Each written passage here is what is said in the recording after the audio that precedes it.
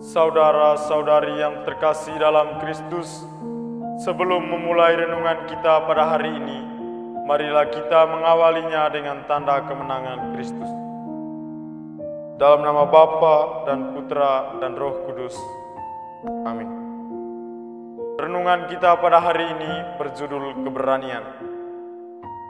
Saudara-saudari yang terkasih dalam Kristus, Injil hari ini mengisahkan tentang Yesus yang pada usia 12 tahun hilang dan ditemukan dalam bait Allah. Dalam bait Allah, Yesus ditemukan sementara mengajar dan bertanya jawab dengan para alim ulama.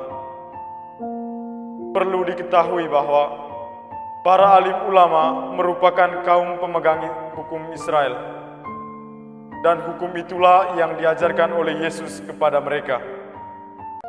Dalam usia 12 tahun, Yesus mampu memberikan jawaban yang dapat dimengerti oleh para alim ulama. Yesus tidak merasa takut terhadap mereka. Yesus percaya bahwa roh Allah bekerja dalam dirinya. Yesus dengan kecerdasannya tampil untuk mewartakan kerajaan Allah.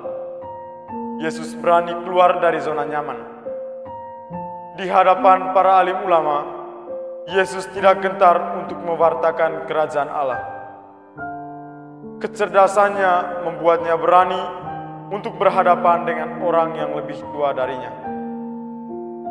Saudara-saudari yang terkasih dalam Kristus, bercermin dari pribadi Yesus, penginjil hendak menyampaikan pesan kepada kita agar kita menggunakan kecerdasan untuk hal-hal positif, tidak pelit dengan pengetahuan yang kita miliki. Hendaknya kita berbagi dalam hidup bersama. Dan inilah yang dilakukan oleh Yesus. Kecerdasan yang kita miliki seharusnya tidak membuat kita terjerumus dalam hal-hal yang negatif. Bertolak dari pengalaman yang terjadi sekarang ini, justru yang banyak melakukan kejahatan yakni orang-orang yang mempunyai pendidikan yang tinggi. Misalnya, para pejabat yang melakukan tindakan korupsi. Kecerdasan yang kita miliki hendaknya berguna bagi diri kita dan juga orang lain, bukannya merugikan orang lain. Keberanian untuk suatu hal yang positif dan tidak merugikan orang lain akan senantiasa dibimbing oleh Allah. Allah akan senantiasa membimbing niat baik dan perbuatan baik kita. Jika terkadang niat baik kita sering dihalangi oleh hal-hal negatif atau hal-hal jahat, jangan berputus asa untuk berbuat baik. Percayalah bahwa Allah akan menuntun kita.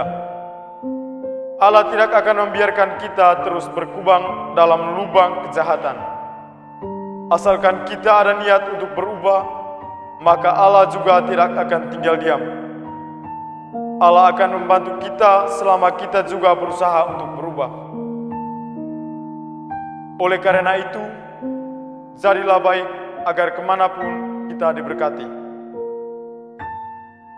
Kemuliaan kepada Bapa dan Putra dan Roh Kudus, seperti pada permulaan, sekarang, selalu, dan sepanjang segala abad. Amin. Dalam nama Bapa dan Putra dan Roh Kudus. Amin.